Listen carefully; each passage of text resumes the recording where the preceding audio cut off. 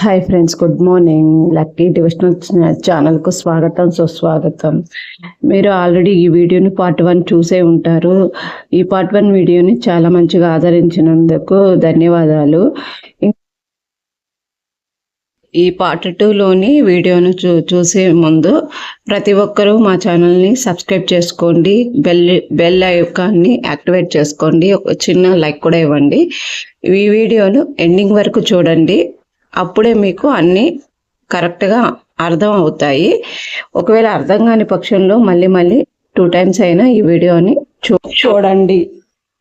గొప్ప జాతకులకి కూడా లైఫ్ ప్రశాంతంగా లేకుండా ఉండడం, మనశ్శాంతి లేకుండా ఉండడం, ముఖ్యంగా కంటికి సంబంధించిన వ్యాధులు ఎక్కువగా ఉన్నప్పుడు ఈ బుధగ్రహ శ్లోకం పైన స్క్రీన్ మీద ఇచ్చాను చూడండి, ఇంకా డిస్క్రిప్షన్లో కూడా ఇచ్చాను.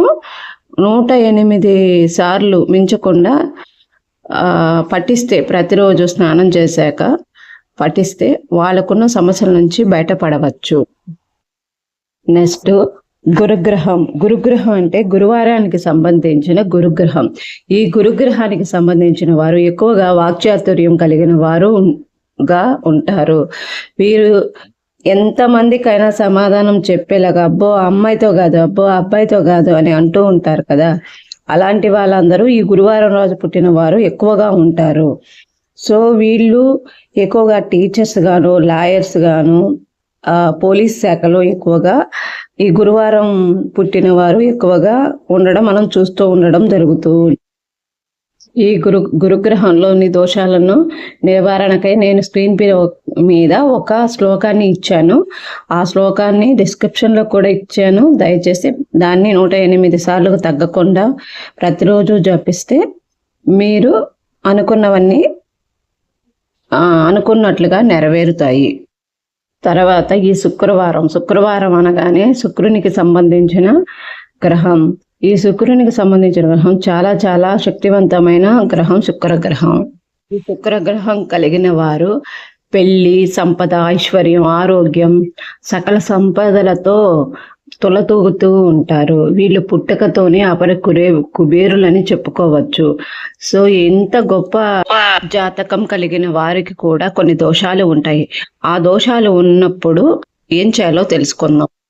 ఆ దోషాలు కలిగిన వారు లేటుగా నిద్రలేస్తారు. వాళ్ళ మొహం బ్లాక్ కలర్లో రోజు రోజుకి వెళ్ళిపోతూ ఉంటుంది. తల్లిదండ్రులు ఆ దోషం ఉన్న వ్యక్తుల మాట అస్సలు పట్టించుకోరు. ఈ శుక్రగ్రహం కలిగిన వారు కుటుంబానికి ఎంతో మేలు చేయాలని మనసులో ఉంటుంది, చేయాలని ట్రై చేస్తూ ఉంటారు. అయినా కూడా కుటుంబ సభ్యులు కావచ్చు, బయట వాళ్ళు కావచ్చు, వీళ్ళ మాటకు లెక్క లేకుండా తీసి పడేస్తూ ఉంటారు. ఇలాంటి సమయంలో నేను ఈ స్క్రీన్ మీద ఇచ్చిన ఈ శ్లోకాన్ని 108 సార్లు తగ్గకుండా ఒక 3 నెలలు పఠిస్తే వారి జాతకంలో ఉన్న దోషాలు కొంచెం కొంచెంగా తగ్గి వాళ్ళ జాతకం మంచిగా సెట్ అవుతుంది. ఇది అలా చేస్తూ ప్రతి శుక్రవారం ఎవరికైనా పాలు, పెరుగు అలాంటివన్నీ దానం చేస్తూ ఉంటే మన దోషం కొద్దిగా పోయి మంచి జరుగుతుంది. తర్వాత శనిగ్రహం అంటేనే శనీశ్వరుడు. శనివారం రోజు పుట్టిన వారికి శని, రాహు, కేతు ఈ 3 గ్రహాలకు సంబంధించి ఆ రోజు పుట్టిన వారి మీద ఎక్కువగా ప్రతిఫలాలు చూపిస్తూ ఉంటుంది. సో ప్రతి ఒక్కళ్ళు ఈ శనివారం రోజు పుట్టిన వాళ్ళు శనీశ్వరునికి ఎక్కువగా పూజించడం, నువ్వులు అప్పుడప్పుడు దానం ఇవ్వడం చాలా మంచిది. సో ప్రతి ఒక్కరూ పాటించండి. ఈ శనిగ్రహ దోషాలు ఉన్నవారు చాలా లేజీగా ఉంటారు, ఏ పని చేయాలన్నా ఇష్టపడరు, ఏదైనా సరే ఈజీగా మనకు వచ్చేస్తే మంచిది అనుకుంటూ ఉంటారు. ఇలాంటి వాళ్ళందరూ ఈ శనిగ్రహ, రాహుకేతుకు సంబంధించిన శ్లోకాలను నేను స్క్రీన్ పైన డిస్క్రిప్షన్లో ఇచ్చాను. అవి 108 సార్లు తగ్గకుండా పాటించి శనీశ్వరునికి సంబంధించి నువ్వులు, పప్పు దినుసులు ఎవరైనా బ్రాహ్మణులు దానం ఇస్తే చాలా మంచిది.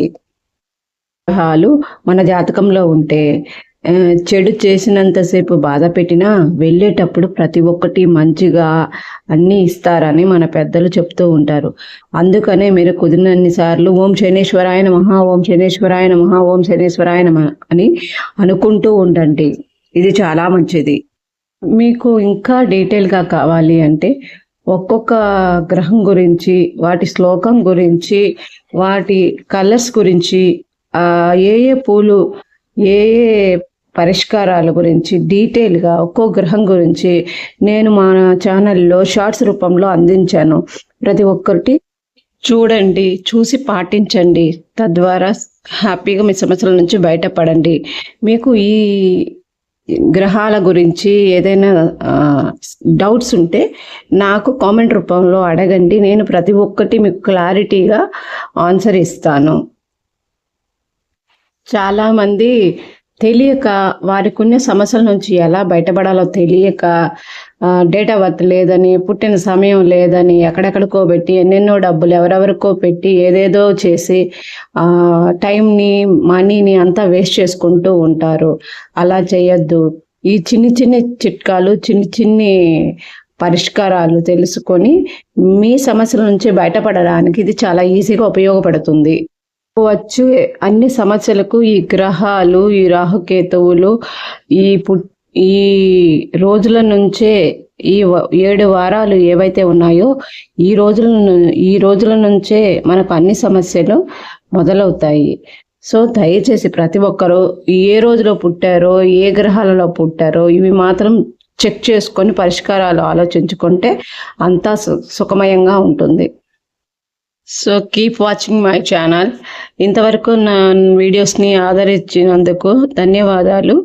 Keep watching, subscribe my channel, like my channel. Thank you friends. Thank you so much.